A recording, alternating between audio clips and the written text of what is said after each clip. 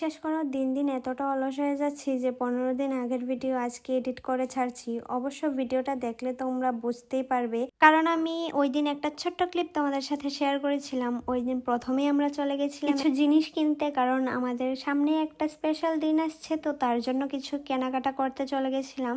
প্রথমে এসেছিলাম শাড়ি দেখতে, কিন্তু একটা দোকানে গিয়েছি, ওইটাতে আমাদের ভালো লাগেনি, আবার আরেকটাতে চলে এসেছি। এই দোকানটা থেকে আমি এখন মোটামুটি শাড়ি নিই। এই দোকানের কালেকশন আমার ভীষণই ভালো লাগে। এখন আমি যাই কেনাকাটা করে শাড়ি এখান থেকেই নিই।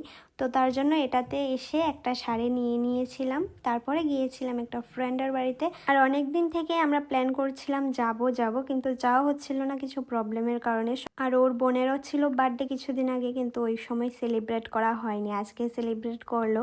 তারপরে আমরা চলে এসেছিলাম একটা মেলায়, আর এখনও কিন্তু এই মেলাটা আছে। দেখি তোমরা কেউ গেস করতে পারো কিনা যে এটা কোন জায়গা।